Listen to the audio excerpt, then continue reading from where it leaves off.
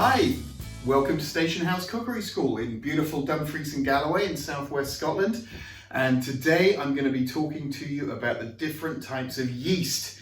At the cookery school we do lots of bread making classes, and one of the questions I get asked all the time is, can I explain the difference between the types of yeast you can use to bake breads? Simple answer is yes, I can.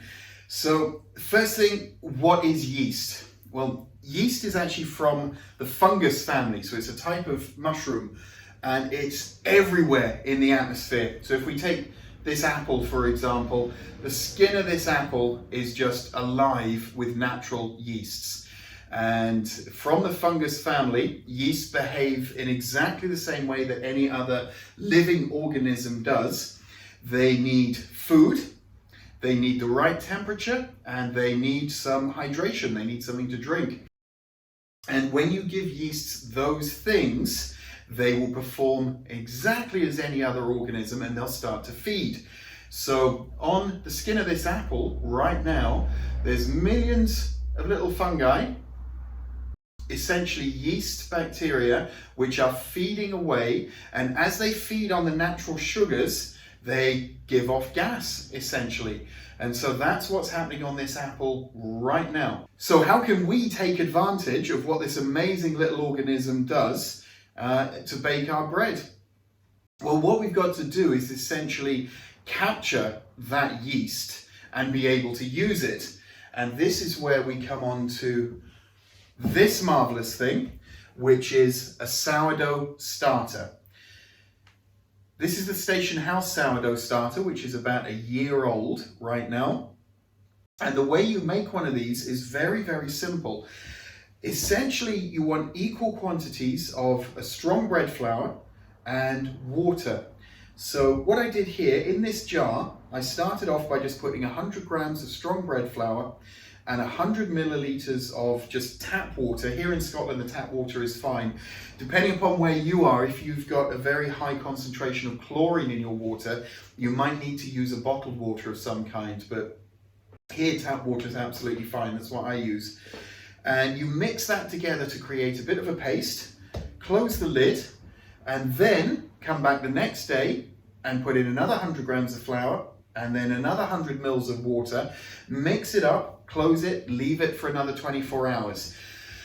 Don't leave it anywhere that's too warm. Just a normal room temperature is absolutely fine. Something around 20 degrees is absolutely perfect.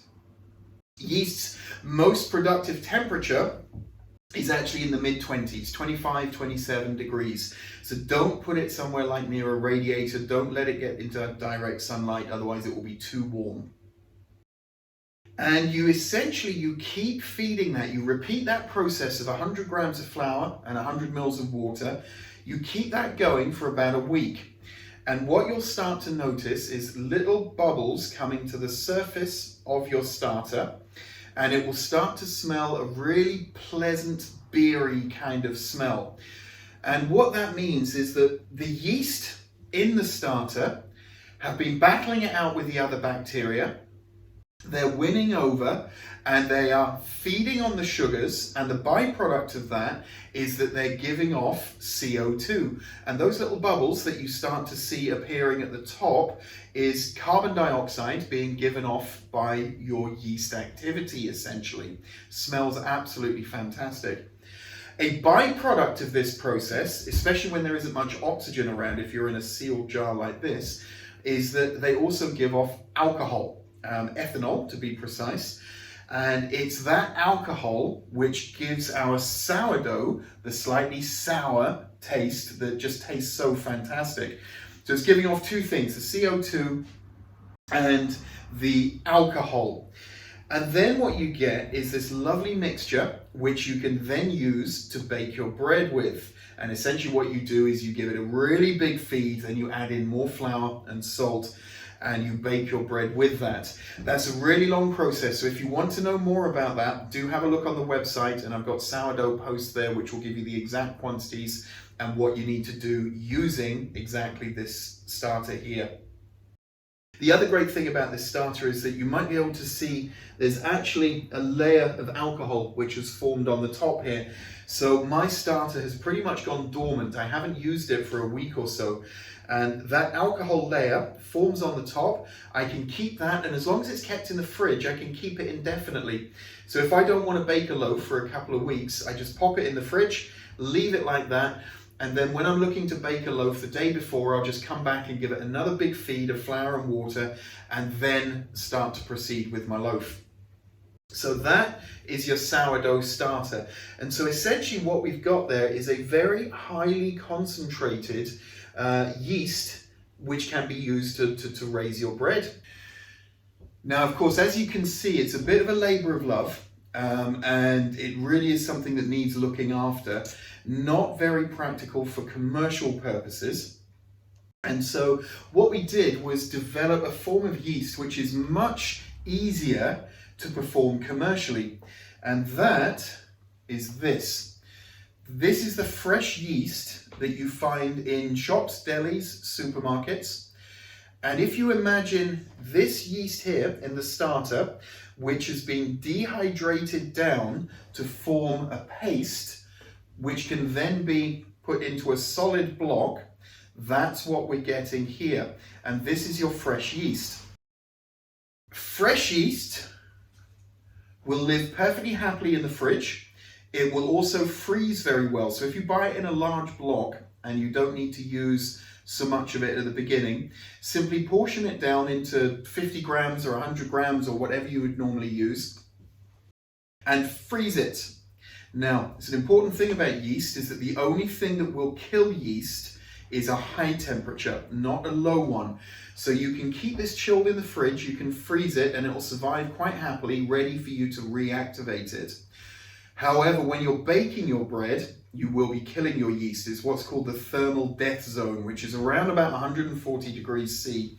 And that's when your yeast dies. Freezing it or chilling it, it just goes slightly dormant, that's all. So it's a really good tip. You can keep your fresh yeast in the freezer with no problems whatsoever.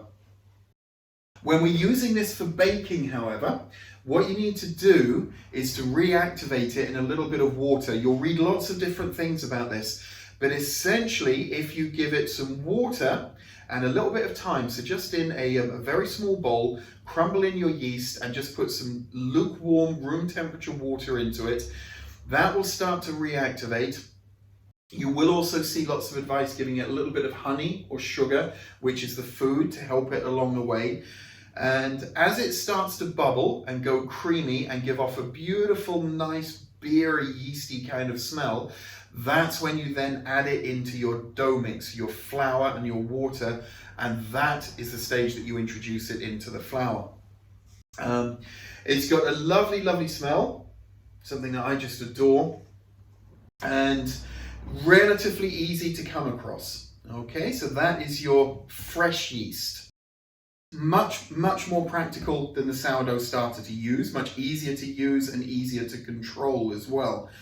But you still have that problem with you've got to be able to keep it at the right temperature, otherwise it will go bad and you won't be able to use it.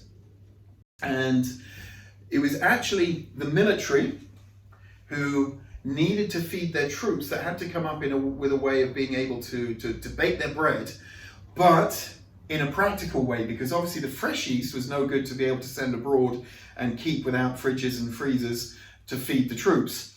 So what they had to do was come up with a way of dealing with that problem, and this was the answer. So this is dried yeast. Now, if we take our fresh yeast here and turn that into tiny little granules and put a coating around it, that will now last at room temperature indefinitely, ready to be reactivated. So this is a great way of keeping your yeast preserved. You don't have to worry too much about the temperature that it's kept at. And all you've got to do again is introduce this to water, perhaps with a little bit of sugar. And again, you'll see that go slightly frothy, and it'll give off that yeasty smell, and then it's ready to be put into your dough mix essentially at that point. And the good news about this, it will travel, no need for refrigeration, an absolute marvel. But it does need to be reactivated. That's the crucial thing. And that's what brings us on to our final type of yeast. You may have seen it, which is the fast-acting yeast.